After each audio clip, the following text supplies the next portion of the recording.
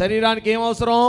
Exercise అవసరం. గంటైనా రోజుకు exercise చేస్తే శరీరము దృఢంగా ఉంటుంది. గంటైనా రోజుకు దైవ ధ్యానములో గడిపితే ఆత్మీయ స్థితి ఆరోగ్యంగా ఉంటుంది. గంట ఎక్సర్సైజ్ శరీరానికి, 1 గంట దేవుని సన్నిధి అనే ఎక్సర్సైజు నీ యొక్క ఆత్మీయ స్థితికి. ఇప్పుడు తినాలంటారా తినొద్దంటారా అయ్యగారండి? తినండి, మంచి ఆహారమే తినండి. చాలా మంది సేవకులైనటువంటి వారిని, సేవకుడు కాబట్టి సేవకుల గురించి చెప్తున్నాను, చాలా మంది సేవకులైనటువంటి వారు మరి విశ్వాసులైనటువంటి వారు పెట్టేటువంటి ఆహార పదార్థాలని కాదనక తినేస్తా ఉంటారు. మీరేమంటారు? అయ్యా మా ఇంటికి వచ్చారు, రాక వచ్చారు, మేము వండిన 10 రకాలు మీరు తినకపోతే మాకు ఆశీర్వాదం ఎలాగొస్తుందండి అని అంటే ఆ మాటను బట్టి ఏమనుకుంటాడు పాపం? అయ్యో ఇవన్నీ తినకపోతే ఆశీర్వాదం రావట్లేదు అనుకుంటారు అని తిన్నారనుకోండి.